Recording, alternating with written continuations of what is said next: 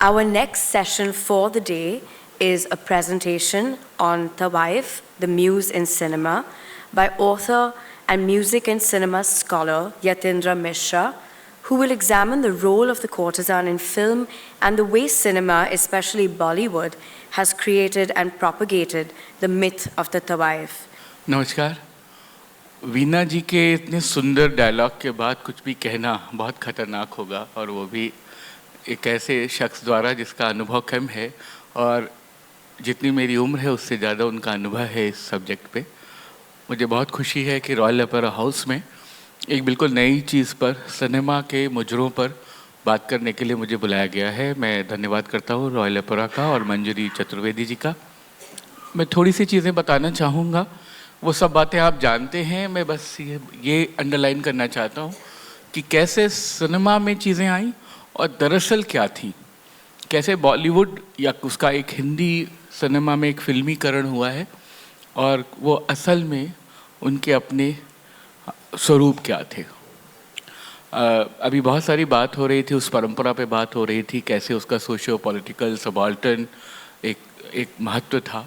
मैं बस ये आपको कुछ गानों के माध्यम से दिखाना चाहूँगा कि दरअसल क्या था और फिल्मी जब किया गया तो उसके रूप और उसके रंग किस तरह से बदले। मैं लखनऊ से आता हूँ, फैज़ाबाद अयोध्या की ज़मीन से, जो अवध की धरती है, और वहाँ महफ़िलों की, तवाइफ़ी गज़ल की, मुजरों की एक बड़ी परंपरा रही है। ख़ास करके जब वो हमारा देश आज़ाद हो रहा था उसके पहले नवाबों के समय में और बाद में ब्रिटिश कॉलोनियल सिस्टम में।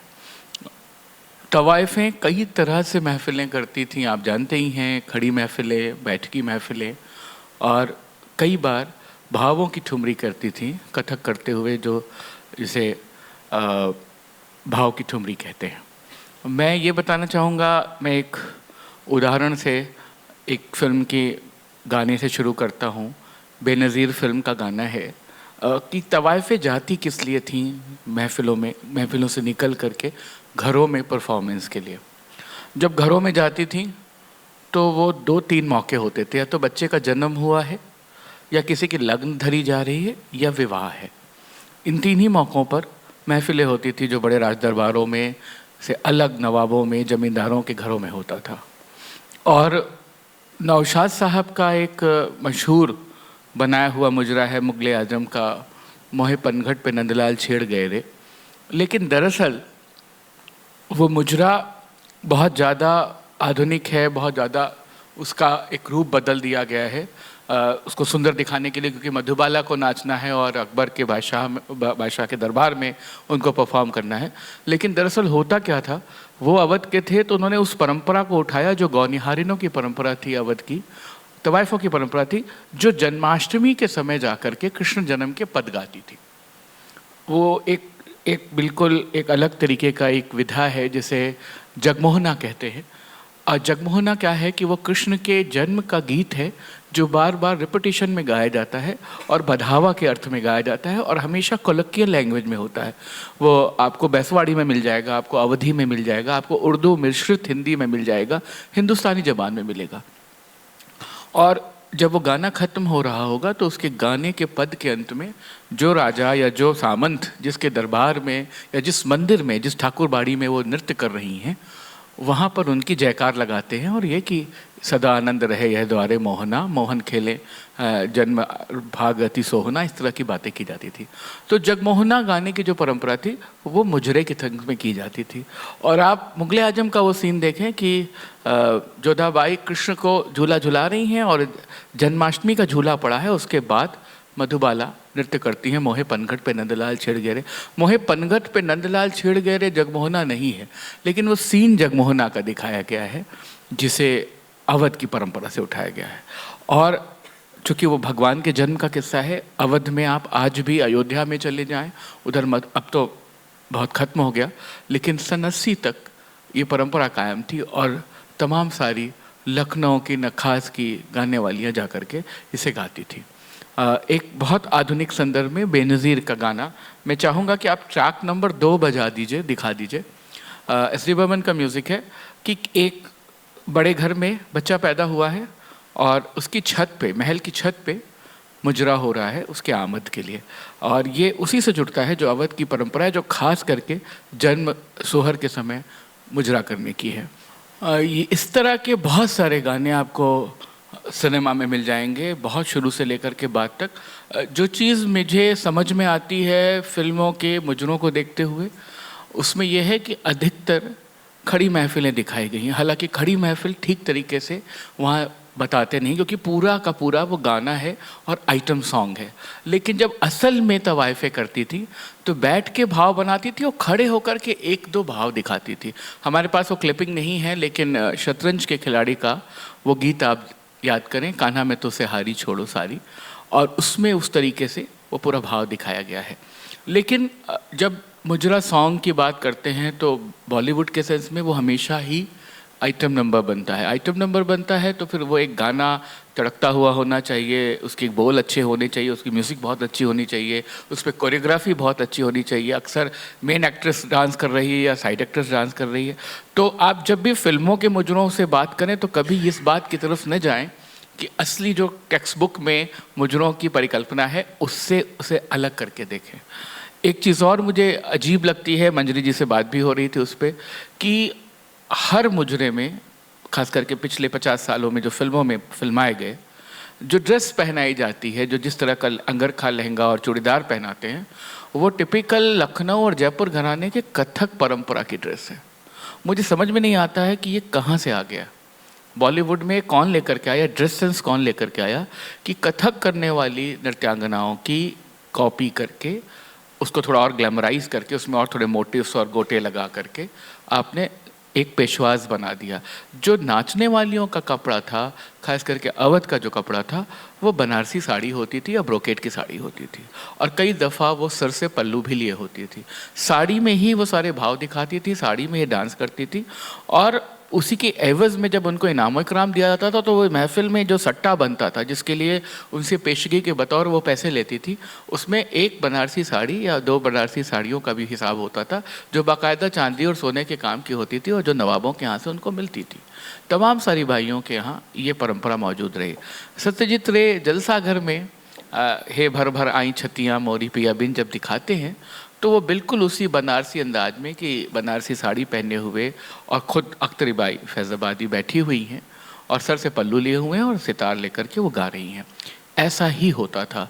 ऐसे ही जो मुरक्के हैं, जो कुछ तस्वीरें मिलती हैं, जो किन्हीं राजदरबारों के, किन्हीं सामंतों के घरों के जो पुराने रिकॉर्ड्स हैं उसमें जो तस्वीरें मिलती हैं वो वैसी ही हैं। पेशवाज ज़रूर पहनाया जाता था कि जो एक कामदार और खूब लहरेदार, खूब जैसे बहुत सारी कलियां हों, उस तरह का लहंगा होता था, और फिल्मों में वो कभी उस तरह से नहीं दिखाया गया। मुझे ध्यान नहीं पड़ता है कि बाकायदा साड़ी पहना के या लहंगा पहना करके किसी फिल्म में मुजरा हुआ हो। जो भी हुआ है वो कथक के ड्रेस को इम्प्रोवाइज़ किया है। तो ये प्रश्न मुझे भी उन लोगों से पूछना है, खास करके कॉस्ट्यूम डिज़ाइनर से, कि ये फिल्मों में कैसे आया और वो उसका उत्स कहाँ है, वो कहाँ से बनता है। लेकिन फिल्में हैं, खड़ी महफिलें हैं, तो उनका अपना एक अंदाज है। एक गाना है पाकीज़ा का, ठाड़े रहियो, आप लोगों को बहुत देखा हुआ है। वो इस मामले में बहुत अच्छा है कि वो कहीं एक ब्लेंड है खड़ी और बैठकी महफिल के बीच का। जिस तरीके से बैठकी महफिल से खड़ी महफिल तक एक परंपरा जाती है और भाव बनाने का उसमें जो बोल आते हैं, जो पढ़ंत होती है, उसमें बिल्कुल वैसे ही दिखाया गया है जिस तरीके से तवाइफें करती थी, जिस तरीके से ठुमरी पर नृत्य के बोल तराशे गए हैं और जिस तरीके से भाव दिखाया गया है वो काफ़ी कुछ नज़दीक है मुजरों के।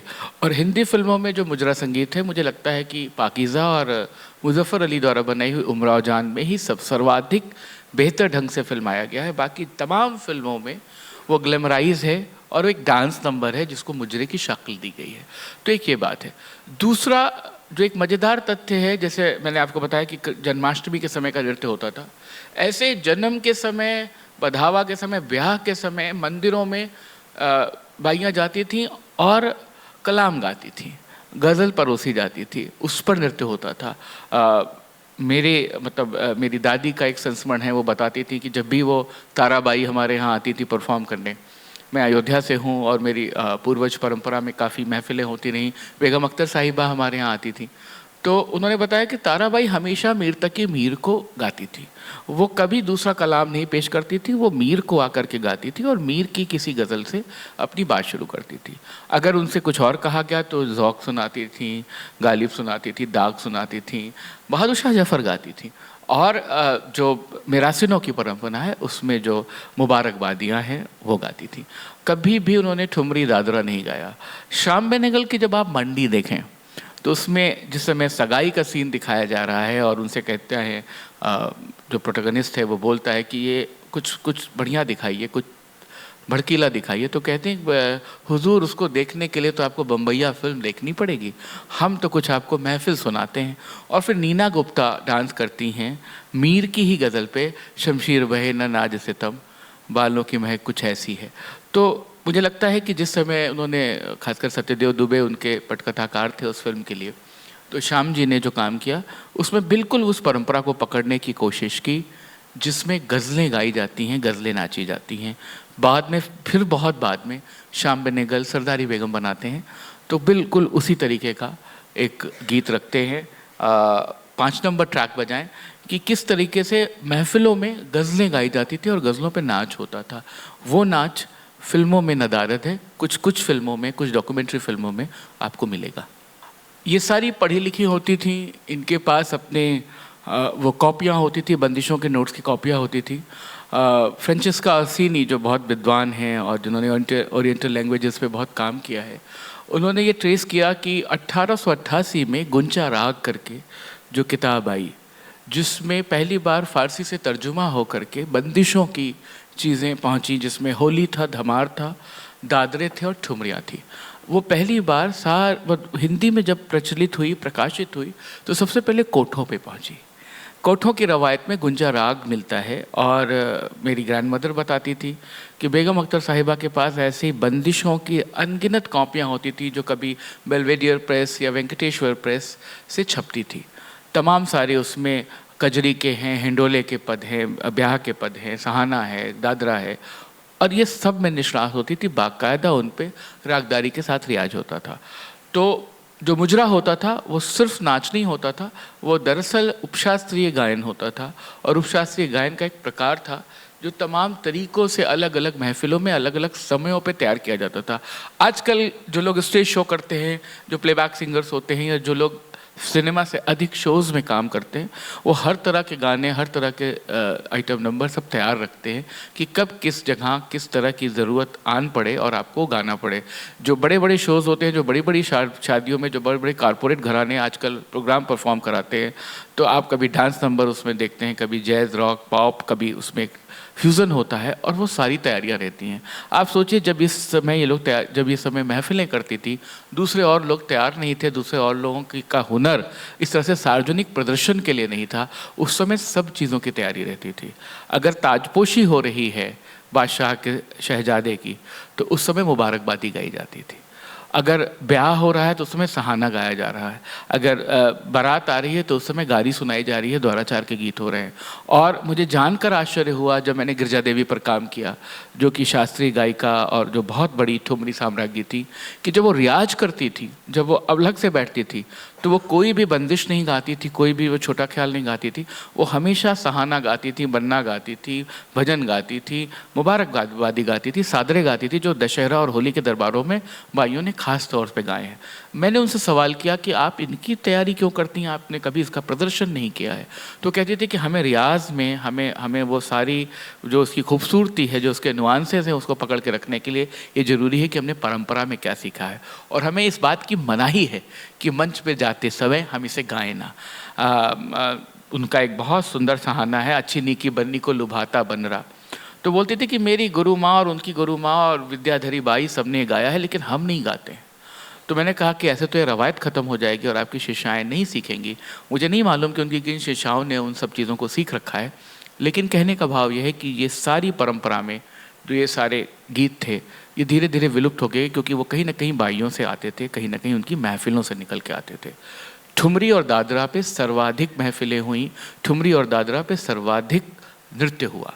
उनकी खड़ी महफिलें हुई, खड़ी, और ख़ुद बेगम अख्तर ने को देखने वालों में, जिनको पुराने लखनऊ के लोगों ने देखा है, उन्होंने बताया है कि अर्ली 40s में उन्होंने खड़ी महफ़िलें की हैं, लखनऊ में खड़ी महफ़िलें की हैं। तो जो खड़ी महफ़िलों का भाव है उसमें दादरा आता है, और दादरा आता है तो फिर वो सिर्फ़ एक आइटम चीज़ नहीं रह जाता। बाद में एक फ़िल्म आई थी, एक बहुत अननोन सी फ़िल्म है नौबहार, उसमें दादरा नुमा शैली में एक ठुमरी एक महफ़िली चीज़ फ़िल्माई गई है। आप इसे सुने तो आपको सिर्फ उसकी पढ़ंत से, उसके बोलों से लगेगा कि ये टिपिकल महफ़िल की चीज़ है। हालांकि शैलेंद्र का काम था उसमें, रोशन साहब का म्यूज़िक है। ये बिल्कुल वैसा फ़िल्मी गाना नहीं है, इसमें एक बंदिश की उठान है और राजकुमारी जी का गाया हुआ गाना है। और ये अब इसका जो एक आवाज़ का जो दाना है वो आपको समझ में आता है। बाकी नृत्य जो है, बाकी सीनरी जो है, वो तो फिल्म के कथानक के अनुसार ही बढ़ेगी, लेकिन उसको उसके ट्रेसेस हैं जो पुराने लोग इस तरह की चीज़ें फिल्मों में फिल्माते थे। अख्तरी भाई फैज़ाबादी ने अपनी तमाम शुरुआती फिल्मों में, हालांकि कई बार उनका मेगाफोन के साथ करार था, खास करके रोटी में उनके गाने इस्तेमाल नहीं हुए, लेकिन जवानी का नशा में उनका एक गाना बहुत मशहूर था और वो महफ़िलों का था, यहाँ पे वो मिलता नहीं है। उसकी बंदिश मैं आपको बताता हूँ कि वो उन्होंने बिल्कुल टिपिकल महफ़िली अंदाज में किया था, और मैं उसका उदाहरण देता हूँ आपको। आपने शायद सुना हो पहले भी।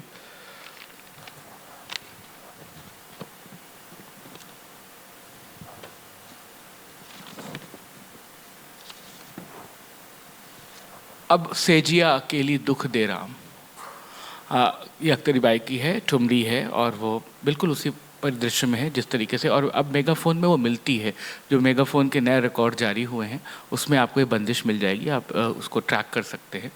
तो फिल्मों में इस तरह से चीज़ें आई। एक जो बहुत महत्वपूर्ण बात मैं रेखांकित करना चाहता हूँ वो ये है कि जिस समय नई रिकॉर्ड कंपनियाँ आईं, सब ने रिकॉर्ड करना शुरू किया, उस समय बाइयों का संगीत बहुत अपने जोरों पर था और उस पे था, और वो जा कर के घर घर पकड़ पकड़ के उनके रिकॉर्ड बने।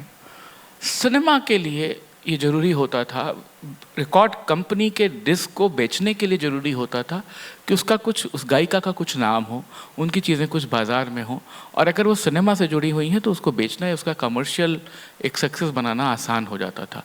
इस चक्कर में तमाम सारी बाइयों ने, तमाम सारी गायिकाओं ने गाहे बेगाहे इन लोगों से समझौते किए कि अगर 4 ठुमरी या 2 दादरे उन्होंने गवाए तो एक फिल्मों के लिए गया। आप 1930-35 से लेकर के 45 तक का अगर आप डिस्कोग्राफी देखें, उसमें तमाम ऐसी फिल्में हैं, उसमें सहगल की फिल्में हैं, उसमें कानन देवी के गाए हुए गीत हैं, उसमें राजकुमारी का परफॉर्म किया हुआ है, कि आपको सारी वो बंदिशें मिलेंगी जो महफ़िलों में गाई जाती थी, जो शुरुआती दौर है फिल्म संगीत बनने का। मेरा अपना मानना है कि फिल्म संगीत को शुरुआत में नर्चर करने में इन भाइयों का बहुत योगदान है। उन्हीं के गीत आए हैं, उन्हीं के गीत का फिर मॉडिफिकेशन होता गया और तमाम दूसरे ढंग से चीज़ें बनती गईं। नवजीवन फिल्म का गीत अगर आपको याद हो, आपको मधुकर श्याम हमारे चोर, ये पहले गाया जाता था महफ़िलों में, सारी गाती थी। अब फिर बाद में उसको मिस दुलारी ने गाया, तमाम और लोगों ने गाया। तो जो एक पूरा परिदृश्य है 1930 से लेकर के 1945-46 तक का, ये 10-15 साल जो है, ये हर दूसरी फिल्म में एक आपको दादरा, एक आपको गतभाव की ठुमरी, एक आपको अर्थभाव की ठुमरी, एक आपको महफ़िली संगीत, एक आपको पढ़ंत की चीज़ मिल जाएगी। हमारे पास यहाँ उसका ट्रैक नहीं है। 4 दिल 4 राहें फिल्म में जो अनिल विश्वास ने मुजरा बनाया, इंतज़ार और अभी और अभी और अभी, उसमें उसी तरह की चीज़ें हैं कि वो जो बिल्कुल शुरुआती दौर है कि जिस समय कलाम पढ़ते हुए महफ़िल सजाई जाती थी, और बहुत ठहरे हुए संगीत के साथ कि वो एक शेर पढ़ती हैं और बैठ करके गाती हैं, फिर गाना आगे बढ़ता है। गाना रुकता है तो वो फिल्मी स्टाइल में वो जो ठाकुर है वो कहता है आप रुक गई और फिर से दोबारा गाना होने लगता है।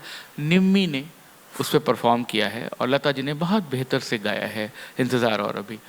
और ये भी जानना ज़रूरी है कि निम्मी आगरे वाली थी, वहीदन बाई की बेटी थी, उनको सारी चीज़ें पता थी जो उस अंदाज में, उस ज़माने में, उस दौर में गाया जाता था।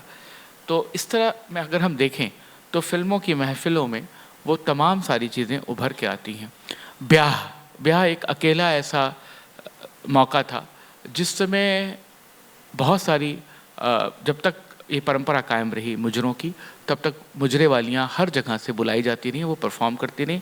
फिल्मों में भी शादी के, बहुत सारे गीत ऐसे हैं जिसमें मुजरा करते दिखाया। हालांकि वो बहुत फूहड़ है, वो उसका आप इस्तेमाल करेंगे तो आप कंफ्यूज होंगे कि ये कैसे है। सिर्फ एक उदाहरण है प्रेम रोग में, जिसमें राज कपूर दिखाते हैं कि ब्याह हो चुका है, दुल्हा बैठा है और डोली उठनी है, तो उसके पहले किसी ठाकुर बाड़ी में किस तरीके से नाच होता है। ये मुजरा सिर्फ इस बात को दिखाने के लिए कि शादी के बाद कैसे मुजरे होते थे, अवध में किस तरह से बुलावा जाता था, किस तरह से संगीत होता था। तो आज भी वो दूसरी तरह से वो डीजे में और दूसरी तरह के मॉडर्न म्यूज़िक में कन्वर्ट हो चुका है, और अब लोग खुद ही घर वाले परफॉर्म करते हैं फिल्मी ट्रैक बजा करके, और तमाम सारी पूरी स्टोरी बांधी जाती है। माँ भी नाच रही, दादी भी नाच रही, और माँ और दादी पहले दूसरे गानों पे नाचती थी। उनके दूसरे गाने होते थे, वो सब सहाना होते थे, सब तबले पे, सब ढोलक पे गाए जाते थे, वो सब ख़त्म हो गए। मैंने एक बार एक चीज़ ट्रेस की, तो फिर बाद में उसको गोविंदा जी ने कन्फर्म किया कि गोविंदा की फिल्मों में तमाम सारे गाने ऐसे हैं जो उनकी माँ की नोटबुक से गए हैं। सरकाए लो खटिया जाड़े लगे, हम तुम्हें लेके सवरिया निकल चल वे। तो मुझे लगा कि ये तो निर्मला देवी गाती थी, ये कहाँ से फिल्मों में आ गया, रवीना टंडन इस पर डांस करने लगी। तो फिर मैंने किसी के माध्यम से पूछा, उनसे पूछवाया कि ये जो गाने हैं ये तो गाने बनारस के हैं, और ये गाने तो निर्मला जी की अपनी फोटे है, उनका अपना गाया हुआ, जिसको सिद्धेश्वरी देवी और गिरजा देवी ने भी गाया है। ये फिल्मों में कहाँ से गया? क्योंकि उसमें तो वो समीर का नाम आ जाता है और ट्रेडिशनल भी नहीं लिखते। आजकल तो ये भी बड़ी चोरी है कि आप लोग पारंपरिक नहीं लिखते हैं गानों को, वो किसी ने कुछ चेंज कर दिया और पता चला उसका गाना हो गया। तो गोविंदा जी ने स्वीकारा कि नहीं, ये मेरी माँ के गाने थे, मेरे कानों में इतने गूंजते थे कि मुझे कोई गाना जो असरदार लगता था, मैंने प्रोड्यूसर्स को बढ़ा दिया हाथ में कि भाई इसको इस्तेमाल कर लो। तो अंगरा में बाबा दुआरे पे माँ, कैसे मैं आऊँ मैं तोरी गौरी तोरे घर माँ, ये बनारस में गाते हैं। इस तरह के बहुत सारे गाने, बहुत सारे अश्लील गाने होली के समय गाए जाते हैं, वहाँ पे महफिलों में गाए जाते हैं। विवाह के पहले वहाँ पे एक नकटौरा होता है अवध में, जिसे बिहार में डोमकच कहते हैं, कि घर के परिवार के सारे लोग चले गए हैं, स्त्रियाँ पुरुष भेष में, और रात भर जगने के लिए, क्योंकि गाँवों में ब्याह होते थे। तो ब्याह के समय कोई डकैत ना आ जाए, कोई चोर ना आ जाए, रात भर जगना है, तो सारी महिलाएं, सारे मोहल्ले की महिलाएं मिल करके और परिवार की महिलाएं रात जगा करती थी। तो वो जो रात जगे की रात होती थी उसमें इस तरह के स्वांग भरे गाने होते थे। लेकिन आज जब हम देखते हैं, मैं उसका विरोध नहीं कर रहा हूँ, तो मुझे लगता है कि परंपरा छीज गई है। अब दादी नानियाँ भी भूल गई उन डोमकच को, उनको भी वो ओल्ड फैशन लगता है कि उस पर वो गाएं, और सब फिल्मी गानों पे वो शुरू हो जाता है। ऐ मेरी जोहरा जबी पे डांस करते हुए मैं देखता हूँ कि अब पोते का गाना है, अगर पोते की शादी और दादा दादी जीवित हैं तो वो ऐ मेरी जोहरा जबी पे डांस कर रहे हैं। लेकिन महफिल या परंपरा या जो रवायत थी वो पीछे कहीं रह गई, उसमें वो सारी चीज़ें निकल के चली गई। और एक ज़माना था जब केसकर साहब आए, हमारे वो मंत्री होते थे 50s में, उन्होंने एक सैनिटाइज करने का खेल शुरू कर दिया। उन्होंने कहा कि जो बाई जी होंगी वो परफॉर्म नहीं कर सकती, क्योंकि वो तो बाई जी हैं, वो विवाह करें या अपने नाम के आगे देवी का सर्टिफिकेट लगा के आएँ। अगर आप देवी का सर्टिफिकेट लगा के आ रही हैं तो आपको रेडियो में एंट्री है, और बाई जी हैं तो आपको बैकडोर एंट्री है। उनके लिए एक दूसरा दरवाज़ा रास्ता खोला जाता था जिससे वो आ सकती थी, वो मेन गेट से नहीं घुस सकती थी। तो ये जो एक तरीके का जो एक अजीब सा विचित्र शुद्धतावाद फैलाया गया, और ये अभी से नहीं है, ये 50 साल 60 साल पहले की बात है। उसमें बहुत सारी बाइयों का संगीत, बहुत सारी महफिलों का संगीत, बहुत सारी कोठों की रवायतें समाप्त हो गईं, क्योंकि फिर वो चीज़ें हमारी पैट्रोनेज का अंग नहीं रहीं और देश आज़ाद हो चुका था। वो राज रियासतें नहीं रही थीं, वो सामंत नहीं रहे थे जो उनको अपनी महफिलों में कराते। वो सिर्फ आपके पास एक स्टिग्मा था कि साहब आपकी सरकार क्या कर रही है, संगीत नाटक अकेडमी क्या कर रही है, AIR क्या कर रहा है। और उन्होंने ऐसा कुछ भी नहीं करने दिया, जिसकी वजह से बहुत सारी चीज़ें विलुप्त हो गई। मुझे नहीं याद पड़ता है, या मुझे नहीं मालूम कि आज अवध में कितने लोग मनरजना और जगमोहना को याद करते होंगे और उसको सुनते होंगे या उसके पद जानते होंगे। तो ये ऐसी चीज़ें हैं कि जो इस बात के लिए इशारा करती है कि हमने क्या खो लिया और क्या पा लिया। और सच्चाई ये है, ये एक विचित्र सी सच्चाई है कि बॉलीवुड ने जो मुजरा बचाया उसको बहुत ग्लैमराइज किया, उसको बहुत सुंदर दिखाया, उसको बहुत दूसरे ढंग का दिखाया। जो असली मुजरा था वो कहीं दब गया, वो कहीं छिप गया, वो मुजरा कहीं नहीं है। क्षमा चाहते हुए मुजफ्फर अली साहब की उमराव जान का गीत देखना चाहिए, लेकिन मुझे नहीं लगता कि उमराव जान भी उस तरह से नृत्य करती होंगी जिस तरह से 80s में रेखा को सजा करके और उस रूप में बिठा करके उनसे करवाया गया। बहुत सुंदर है। मैं उनके तीनों मुजरों पे आसक्त हूँ। सारे लोग होंगे दिल चीज़ क्या है, इन आँखों की मस्ती और ये क्या जगह है दोस्तों, लेकिन जब आप एक टिपिकल बाई से मिलते हैं, मैंने अभी अवध पे शोध किया और तमाम सारी बाइयों के गाँवों पे गया, वो सब जो बुज़ुर्ग हो चुकी थी, जिन्होंने मुजरा करना पिछले 30 सालों से छोड़ दिया था, जिनके नाती पोते भी हो गए थे और जिनके वो सारे बच्चे जिनकी कोई आइडेंटिटी नहीं है, जिसके लिए भी वीना जी सारी सारी बातें बता रही थी, तो वो ये कहती थी, मैं बार बार पूछूं, मैं उनको फिल्मों के गीत दिखाऊं तो बोले ऐसे हम नहीं नाचते थे, हमारे पास सिर्फ 2 या 3 साड़ियाँ होती थी, हम वही पहन के जाते थे और हम आके पर्ची लगा देते थे कि बनारस में राजा साहब बनारस की कोठी में फलानी कोठी में हमने ये गुलाबी रंग की ब्रोकेट की साड़ी पहन के नाचा है, इसलिए कि कहीं भूल ना जाएं।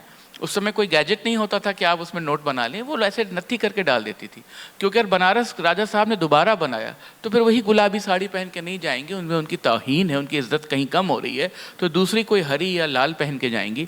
तो उन्होंने कहा हम लोगों ने तो पूरी उम्र 4 साड़ियों पर गुजार दी मुजरा करते हुए, और यहाँ है कि हर मुजरे में कलर और कपड़े बदल रहे हैं, क्या कर सकते हैं। लेकिन जब आप असल मुजरा करने वाली बाइयों से बात करें तो वो ये बताती हैं कि इतना कोई श्रृंगार नहीं होता था, इतना कोई इस तरह की रवायत नहीं थी। एक अच्छी सी बनारसी साड़ी पहन के और बालों में गजरा लगा करके और भर बाँह चूड़ियाँ पहन के वो लोग डांस करती थी। गहना होता था तो पहनती थी। हाँ, गौहर जान के बारे में ज़रूर मशहूर है कि वो बहुत सारे गहने पहनती थी, बेगम अख्तर बहुत सारे गहने पहनती थी, लेकिन अधिकांश परंपरा में ये नहीं रहा है। और इसी तरीके से तमाम सारी चीज़ें जो फिल्मों से अलग घरों में गाई जाती थी, जिसमें गौनिहारी ने जाकर के अपने घर की मालिकिनों के साथ गाती थी, नाच करती थी, ऐसा नहीं था कि वो निषेध था। हम लोग बहुत बार अपनी थेरीज़ को बनाने के चक्कर में, कोई नई बात निकालने के चक्कर में कुछ बातों पे पर्दा डाल देते हैं या अपने ढंग की कहानियाँ बना लेते हैं। मैंने तमाम सारी बातों में ये महसूस किया है, मेरे घर की परंपरा में मैंने देखा है, मेरी दादी की शादी के संदर्भ में मैंने देखा कि घर की जो महिलाएँ हैं उनके साथ बाइयाँ बराबर से बैठ के और श्रृंगार का, ब्याह का और हल्दी का गीत गा रही हैं। एक बहुत सुंदर कहानी है अमृता प्रीतम की, शाह की कंजरी, अगर आपको कहीं मिले तो आप उसे ढूंढ कर पढ़ें। और उसमें इसी रवायत को उन्होंने जालंधर पंजाब के संदर्भ में रेखांकित किया कि कैसे एक शाहनी नाराज़ होती है क्योंकि कंजरी जो है वो शाह की रखैल है, उसकी प्रेमिका है, लेकिन उसके बेटे के ब्याह में उसको जब बुलावा जाता है नाचने का तो सब कहते हैं शाहनी से कि तुम उसके साथ क्या बर्ताव करने वाली हो। वो कहती है मुझे मालूम है कि ये एक तरीके से मेरी सौत है और मेरे बेटे की शादी में नाचने के लिए आ रही है, लेकिन जो रवायत है मैं उसको नहीं बदल सकती। रवायत क्या है कि वो ढोलक साथ बजाएगी शाहनी के और उसके साथ उस पर ताल देते हुए वो उसका गीत गाएगी, और जो नाचने वाले आ रही है, जो कंजरी है, वो इस बात के लिए बहुत स्वाभिमान से भरी हुई है कि आज मुझे वो मौका, वो लेजिटिमेसी मिल गई है कि मुझे उसके घर में घुसने का मौका मिल रहा है और उसकी लेजिटिमेट वाइफ के साथ इक्वल स्टेटस पे परफॉर्म करने का एक हुनर, एक जज्बा समय दे रहा है। तो मैं ये कहना चाहता हूँ कि बहुत सारी चीज़ें, बहुत सारी दिक्कतें थी, बहुत सारी समस्याएं थी, उनको उस तरीके से सम्मान हासिल नहीं था, इज़्ज़त हासिल नहीं थी, लेकिन कई दफ़ा कुछ बातें बहुत खूबसूरत निकलती हैं जो बेगम अख्तर साहिबा के कंटेक्स्ट में मैंने देखा है, जो ताराबाई के कंटेक्स्ट में मैंने देखा है कि बराबरी का भी ओहदा मिलता था, उनको बहुत इज़्ज़त मिलती थी। मेरे ग्रेट ग्रैंडफादर ने 100 एकड़ का आम का बाग बेगम अख्तर को नज़र कर दिया, अख्तरी बाई को। सन 37 से सन 43 तक वो हमारे यहाँ कोर्ट सिंगर रही, और 47 तक। तो जब 47 में वो जाने लगी फैज़ाबाद छोड़ के, तो मेरे ग्रैंडफादर को वापस करने आई। हर ज़माने में ज़मीन की, जेवर की कीमत होती रही है, और 100 एकड़ आज आप बम्बई में अंदाज़ा लगा सकते हैं कितनी बड़ी प्रॉपर्टी है। तो उन्होंने वापस करना चाहा, तो राजा साहब ने मना कर दिया। उन्होंने कहा कि मुझे नहीं चाहिए, आपको मैं दे चुका हूँ और आप इसको बेच दें। तो बोले हुजूर, मैंने इसको 10 साल अपने पास रखा, इसको जोता बोया, इसका अनाज पैदा किया, सब किया, अब मैं जा रही हूँ, मेरे काम का नहीं, आपकी चीज़ आपको वापस करती हूँ। तो बोले कि आप ऐसा क्यों कर रही हैं, आप बेच दीजिए इसे। तो बोले ज़रूर, मैं ये नहीं कर सकती। बोले कि ऐसी क्या दिक्कत है, मैं आपको दिया धन कैसे वो उनका भी एक अपना एक अहम की राजा होकर के और एक नाचने वाली को दी हुई चीज़ वापस ले रहे हैं।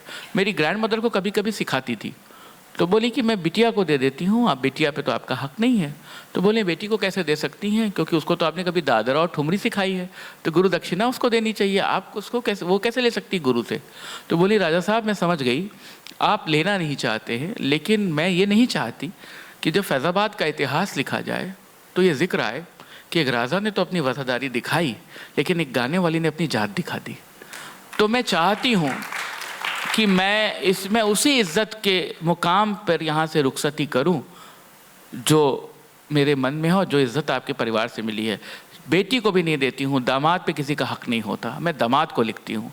वो प्रॉपर्टी आज भी हमारे पास है, उस प्रॉपर्टी का जो खसरा खतौनी जो उसका पेपर है उस पर लिखा हुआ है अख्तरी बाई फैज़ाबादी बनाम doctor Ramendra Mohan Mishra. Property transfer हुई और वो दे गई।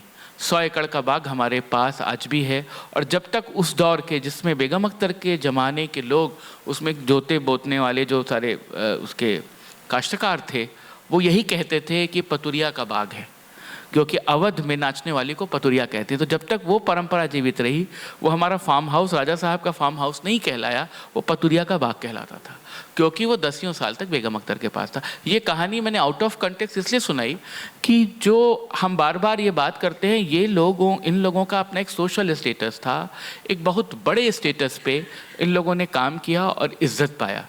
और जैसा कि अभी वीना जी ने बताया कि सबसे ज़्यादा 1 नंबर पे टैक्स पेयर्स, डांसिंग गर्ल्स और नाचने वालियाँ थीं। उस दौर में 2 शब्द चलते थे, 3 शब्द थे प्रचलन में अवध में। एक थी जो राजा महाराजाओं की बेटियां थीं, वो शहजादियां थीं। जो सामान्य बड़े घरों की लड़कियां थीं वो रईसजादियां थीं, और जो नाचने वालियां थीं वो मालजादियां थीं। उनको मालजादी कहा जाता था क्योंकि वो पैसे कमाती थी और वो इंडिपेंडेंट वेमेन थी। तो जो और स्टेटस उनका हमेशा 1 नंबर पे रहा। मालजादी के बाद ही किसी शहजादी का नंबर आता था, क्योंकि शहजादी पिता पे डिपेंडेंट थी, भाई पे डिपेंडेंट थी, मालजादी कभी वो इंडिपेंडेंट होती थी। तो बाकी ये ज़रूर है कि आज समय बदला है, आज हम आप उनको उस इज़्ज़त की निगाह से उनका उस खोया हुआ वैभव लौटा रहे हैं जो उनके मतलब का था, जो उनके काम का था। लेकिन मुझे बहुत अफसोस से कहना पड़ता है, मैं बैठा हूँ उसी सब्जेक्ट पे बात करने के लिए, फिल्मों ने बड़ा कचरा किया है। और अगर यहाँ कोई फिल्म वाले बैठे हो तो मैं बहुत हाथ जोड़ के माफ़ी मांगता हूँ, लेकिन फिल्मों ने ग्लैमराइज तो किया अपने मतलब का, उसका कमर्शियल यूज़ तो बना लिया, बहुत सुंदर तड़क भड़क नाच दिखा दिया, सलामे इश्क मेरी जान ज़रा कबूल कर लो, क्योंकि वो आइटम नंबर है, वो किसी भी मुजरे वाली का असली चरित्र नहीं दिखाता, और वो भी किसी लोफर के प्रति दीवानी हो रखी है, किसी शराबी के प्रति पागल हो रखी है, उसका अपना कोई सह अस्तित्व नहीं है, उसके अंदर कोई स्वाभिमान नहीं है। उस स्वाभिमान के साथ किसी मुजरा करने वाली को कभी नहीं दिखाया गया, बहुत कम फिल्मों में दिखाया गया। एक फिल्म आई थी ममता, हालांकि उसमें सुचित्रा सेन ने बहुत खराब नृत्य किया है, लेकिन उस फिल्म में आत्मसम्मान को लेते हुए वो मुजरा बहुत सुंदर फिल्माया गया। वो लाइन आप बजा दीजिए। मैं जब कहीं मेरी जब पहले शुरू से किसी से मुलाकात हो और मैं कभी अपने को इंट्रोड्यूस नहीं करता था कि मैं किस परिवार परंपरा से आता था, और कोई जान जाए कि पीछे कहीं भूतकाल में राज परिवार का कोई स्टिग्मा है, तो लोग मुझे ऐसे देखते थे जैसे किसी बंदर को देख लिया है, किसी अजीब आदमी को देख लिया, क्योंकि उनके दिमाग में वो बैठा हुआ है कि जो नवाबजादा है वो पनघट पे चलने वाली लड़की को छेड़ेगा ही, वो किसी का दुपट्टा लूट लेगा, वो फूल बांध के ऐसे सूंघेगा। ये फिल्मी है, इस पे कभी न जाइएगा कि ये असली ज़िंदगी में होता है। असली ज़िंदगी में आप जब मुजरा सुनते हैं, असली ज़िंदगी में जब आप परफॉर्मेंस देखते हैं, असली ज़िंदगी में आज जब आप मंजरी जी का नृत्य देखते हैं और सराहते हैं, तो कोई फूल सूंघ के वाह वाह नहीं करता, सब दिल से ताली बजाता है। तो मुझे लगता है कि वो जो परंपरा है, जो गाने वालियों की परंपरा है, जो उनके पैट्रोनाइजर्स की परंपरा है, जो पुरानी भूल गई और बिसरा दी गई परंपरा है, उन सब के बारे में ज़्यादा से ज़्यादा सहेज लेने की ज़रूरत है, उन्हें बचा लेने की ज़रूरत है। आपके शहरों में, आप लोग जहाँ से भी हैं, आपके शहरों में जहाँ कोई भी ऐसी कोई बुज़ुर्ग गाने वाली, कोई तवायफ़, कोई बाई जी बैठी हों, उनसे बात कर लीजिए, उनकी चीज़ें, उनकी बंदिशें संवार दीजिए। कहीं ना कहीं से उसे आपको प्रिजर्व करने की ज़रूरत है। अगर हम प्रिजर्व नहीं करेंगे तो मुझे लगता है कि हम सब खो देंगे, और फिल्मों में जैसा चल रहा है वैसे ही, और अब तो खैर वो मुजरे भी बंद हो गए, अब तो आइटम नंबर होते हैं। और आपको बताऊं, एक इस बात से ख़त्म करता हूं अपनी बात, कि फैज़ाबाद में मैं जब गया जिन गाँवों में, तो एक लड़की बची थी जो अभी भी परफॉर्म कर रही है। तो मैंने कहा आप क्या गाती हैं? तो बोले हम लोग फिल्मी गानों पे नाचते हैं, हमारे दादरे और ठुमरियों पे हमें बुलाया नहीं जाता, हम शीला की जवानी तक पे नाचते हैं। तो ये उसका दर्द था, क्योंकि उसको डांस आता है, वो डांस कर करके छोटे छोटे गाँवों की महफिलों में जो भी 10-5 हज़ार रुपये कमा लेती है। लेकिन मैंने कहा आप कुछ गाती हैं? तो उसने कहा हम दादरा भूल चुके हैं, हम कुछ, क्योंकि हमारे पास वो सुनने को ही नहीं आता है। आप कह रहे हैं तो मैंने जो बहुत अपनी जवानी में याद किया था, मतलब किशोरावस्था में, वो मैं सुना देती हूँ। और उसने एक छोटा सा कोई दादरा सुना दिया। फिल्मी गाना पे उसने कहा अभी टेप बजाइए, मैं भी आपको डांस करके दिखाती हूँ। उसने साड़ी बांधी और अपना पल्लू खोसा और एक नाच दिखाया। वो नाच देख करके आप सही मानिए मुझे इस बात के लिए हताशा हुई और तकलीफ़ हुई कि अब वो परंपराएं ख़त्म हो गई और जहाँ कुछ बचा है उससे बॉलीवुड का आइटम नंबर बचा है। उसको आप आधुनिक मुजरा कह सकते हैं।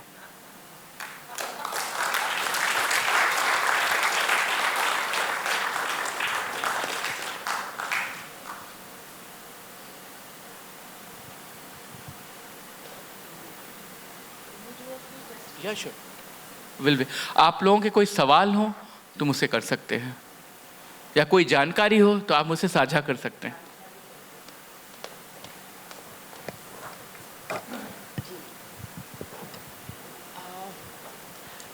दुर्गा पूजा में तवाइफ के घर की मिट्टी क्यों इस्तेमाल होती है? दुर्गा पूजा में जो तवाइफ की घर की मिट्टी इस्तेमाल होती है, उसके पीछे जो परंपरा मैंने जानी है वो सिर्फ ये है कि एक सिस्टम चला आया शुरू से। जब काली पूजा करते हैं, खास करके जब मैं उसको वहाँ से बताऊँ आपको, कामाख्या से जो उसको उद्गम मानते हैं, तो भैरव तंत्र में काली को और वेश्या को एक सीमा पे माना गया है कि वो जो काली है वो संहार करती है, वो सारा इविल एस्पेक्ट्स किसी भी व्यक्ति के अंदर मौजूद ख़त्म करती है, किसी दानव को, डेमन को ख़त्म करती है। और जो वेश्या है वो समाज की सारी गंदगी को धारण करती है और उसकी निगेटिविटी ख़त्म करके समाज में एक सकारात्मकता फैलाती है। तो एक मेटाफर ये भैरव तंत्र में आता है। तो मुझे लगता है कि कहीं ना कहीं से परंपरा में ये बात रही होगी कि वो बिल्कुल उस ज़माने में बहुत नीचे तबके का मामला माना जाता था, उनको मंगलामुखी कहा जाता था, उनको दूर रखा जाता था। घर के लोग या वो हमारे यहाँ हमेशा हम उसमें रहते हैं ना, एक दो तरह का जीवन जीते हैं, अंदर से कुछ करते हैं, बाहर से कुछ करते हैं। तो समाज वैसे आधी रात की गलियों में जाता था। इसके लिए बहुत सुंदर उदाहरण है बेगम अख्तर का, कि बेगम अख्तर ने जाकर के हजरतगंज में कोठा बनाया कि आधी रात को कोई डर के ना आए कि भाई शरीफ घरों के लोग हजरतगंज में आ सकते हैं, क्योंकि वो तो बहुत शुरफा लोगों की कॉलोनी है, बहुत कुलीन, बहुत अलीट क्लास का वो है। तो मुझे लगता है कि नीचे से ऊपर के तबके को जोड़ने के लिए, सामान्य को बेहतर करने के लिए ये एक मेटाफर किया गया होगा। हिंदू परंपरा में जब वो किसी वर्ण का क्यों ना हो, जब विवाह होता है तो देखिए एक एक आदमी का जो रस्म होती थी, धोबिन का भी काम है वहाँ, नाऊ का भी काम है वहाँ, परछने वाले का भी काम है, तो सारे क्लास को जोड़ा जाता था। और क्योंकि सब मिला करके एक कहीं से एक बड़ा कंपोजिट कल्चर दिखाते थे। बाकी इसको लेकर के कोई थ्योरी या कोई चीज़ मुझे पढ़ने में नहीं मिली। तवाइफ और बाजी में क्या फ़र्क है? जी, तवाइफ और बाजी वो एक ही हैं। एक ही? तवाइफ और बाईजी एक हैं। जब हम डेरेदारिन कहते हैं तो वो उनका ये है कि वो एक बहुत उनकी जो परंपरा है वो मुग़ल काल से जुड़ी है, और मुग़ल काल की किसी महफिल से, या वो ये कहते, जैसे आप कई बार ध्रुपदियों को सुनते हैं, साहब हम तो सीधे तानसेन की परंपरा से आते हैं, हम बैजू बावरा की परंपरा से आते हैं, हमारे 16 पीढ़ी पहले ऐसे होता था। वो एक मिथ है कि वहाँ से जोड़ करके वो अपनी परंपरा देखते हैं। तो कोई भी किसी भी बाई जी की पूर्वज परंपरा में अगर किसी स्त्री ने अकबर के या शाहजहाँ के या जहांगीर के या औरंगजेब तो खैर नहीं, बाकी के दरबार में अगर नाचा गाया होगा तो उसको डेरेदारिन कहते हैं। और उसी का एक वर्ड है तवाइफ, उसी का एक शब्द है बाई जी, और उसी को फिर ब्रिटिश ने आकर के नॉच गर्ल्स बनाया।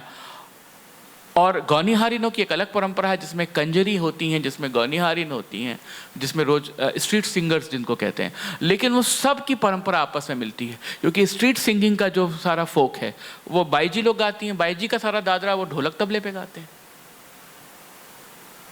बाकी इस पे ज़्यादा बेहतर मंजरी बता पाएंगी। और कुछ मैंने कुछ गलत तो नहीं बताया?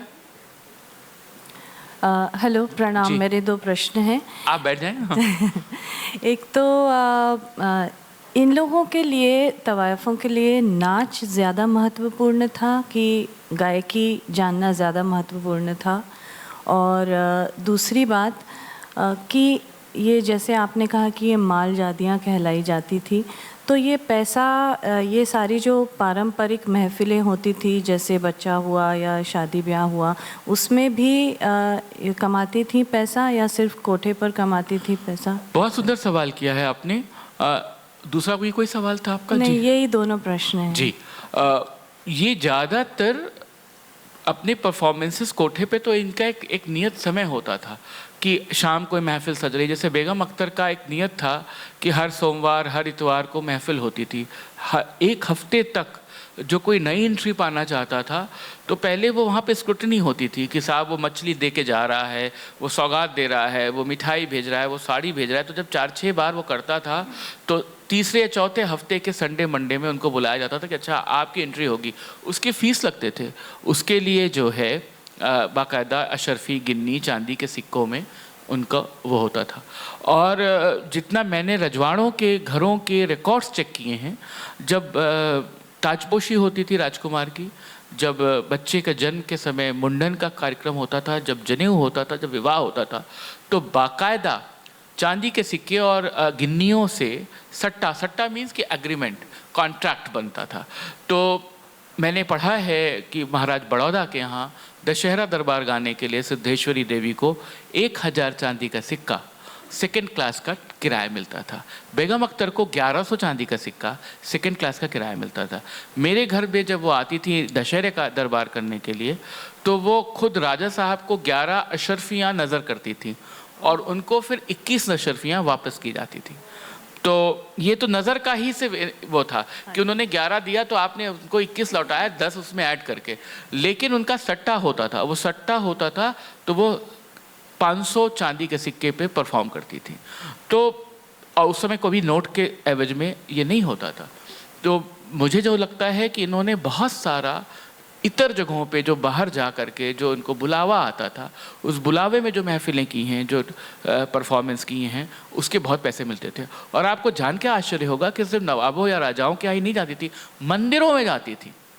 कृष्ण जन्माष्टमी ऐसा उत्सव है जिसमें हर बाई ने जाके मंदिरों में परफॉर्म किया है। अयोध्या की मंदिरों की परंपरा में कालेराम जी का एक मंदिर है, हमारा एक राधा ब्रिजराज का मंदिर है, वहाँ एक फ़कीर राम का मंदिर है, जिसके सारे नोट्स में आप देख सकते हैं जा कर के। और ये बहुत बाद तक 1960-65 तक बाकायदा बाई जीज आकर के परफॉर्म करती रहीं और उनको उनके एवज में पैसे मिलते रहे। तो बाईजियाँ सिर्फ पुरुषों को एंटाइज करने के लिए नहीं गाती थी? नहीं, बिल्कुल नहीं। ये बिल्कुल ये फिल्मी है। ये बॉलीवुड का प्रोडक्शन है कि वो साहब एक राजा साहब उन पे आसक्त हैं, वो उनकी रखैल हैं, वो उनके साथ उनके रिलेशन बन गए। ये सब फिल्मी है। ये इसमें बहुत सारी सच्चाई है।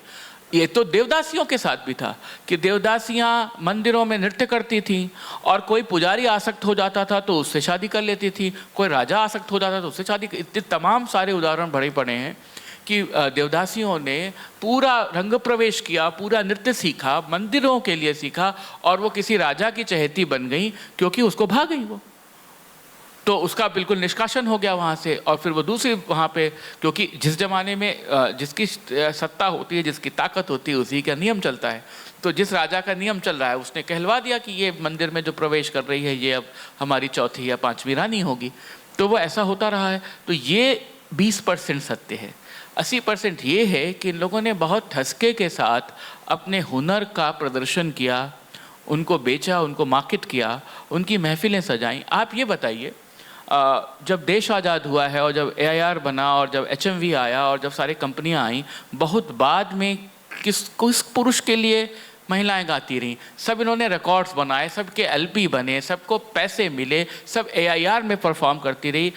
मुझे शांति हीरानंद जी ने बताया कि उस दौर में नए नए रेडियो स्टेशन खुल रहे थे देश भर में और हर रेडियो स्टेशन से एक बेगम अख्तर का बुलावा आता था।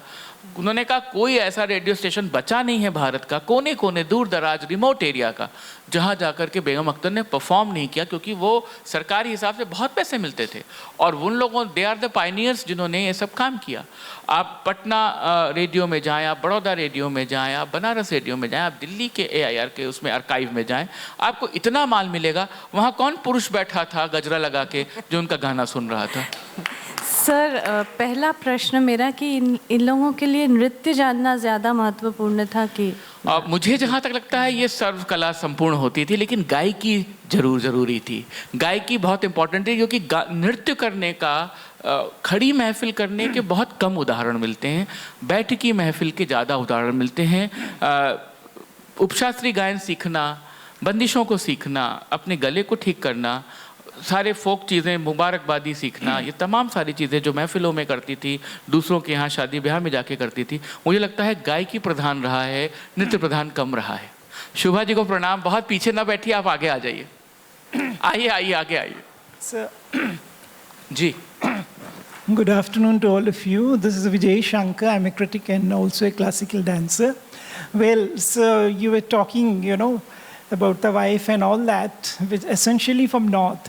In south, we had the Devadasis.